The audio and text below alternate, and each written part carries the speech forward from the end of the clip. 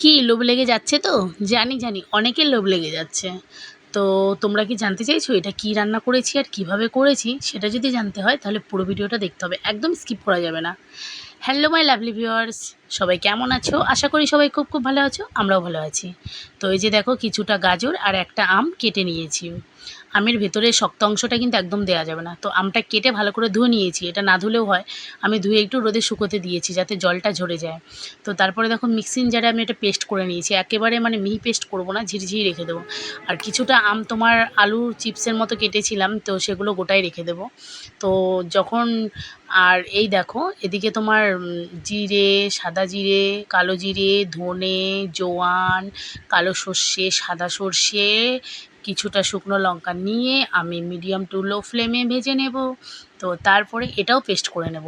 আর হ্যাঁ, আমি যে আমটা পেস্ট করেছি সেটাও তোমাদের বলবো। ওই আমটার মধ্যে তোমার কিছুটা আদা আর কিছুটা রসুন দিয়েছি।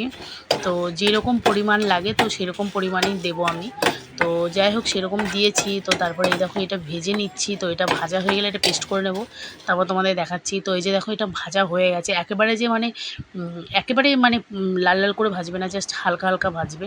তো তারপর এটাও আমি পেস্ট করে নেব। একেবারে মানে ঝুরি ঝুরি করবো না, একেবারে মানে একটু মানে গোটা গোটা টাইপের থাকবে এরকম টাইপের ভেজে নেব। তো যাই হোক এটা পেস্ট করা হয়ে গেছে। আর এদিকে দেখতে পাচ্ছ আমার আমের ওইটাও পেস্ট করা হয়ে গেছে। এটার মধ্যে তো তখন বললাম লঙ্কা, তারপরে আদা রসুন দিয়ে পেস্ট করে নিয়েছি। তারপরে এর মধ্যে লঙ্কার গুঁড়ো, হালকা একটুখানি হলুদ গুঁড়ো, নুন, বিট নুন, লেবু সব কিছু দিয়ে ভালো করে মিশিয়ে নিচ্ছি।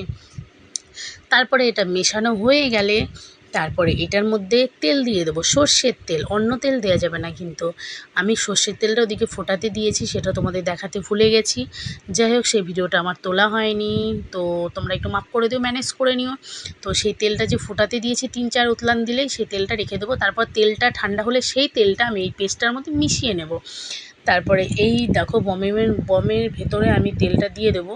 তো তেলটা আমি দিয়ে দিচ্ছি। তো এখানে ভালো করে মাখা যাচ্ছে না বলে আমি আগে অনেকটা মেখে নিয়েছি, তারপরে এখানে অল্প একটু মেখে নিলাম।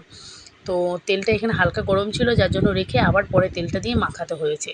তো বুঝতে পারিনি ফার্স্টে যে তেলটা কতটা গরম আছে। তো যাই হোক এই দেখো তেলটা দিয়ে আমি মেখেছি। তো এবার আমি তেলটা পুরো ঠান্ডা হয়ে গেছে, এখন আমি পুরো তেলটাই ঢেলে দেবো। মানে যেরকম তোমরা তেল খাও সেরকম তোমাদের পরিমাণ অনুযায়ী দেবে, তোমরা যেরকম ভালো তেল খাও। তো আমি অত তেল খাই না, ওই জন্য একটু কমই দিলাম। তো যা দিয়েছি ঠিকই আছে আমার কাছে আর কি। তো যাই হোক জিনিসটা মানে আমি বুঝতেই পারিনি, প্রত্যেকবার আম তেল করি কিন্তু এত টেস্টি মানে এরকম করি না। তো এটা ঝুড়ো আম তেল বলতে পারো। তো সত্যি কথা বলছি, আম তেলটা আমি এবার প্রথমবার করলাম, বুঝতেই পারছিলাম না যে কেমন হবে।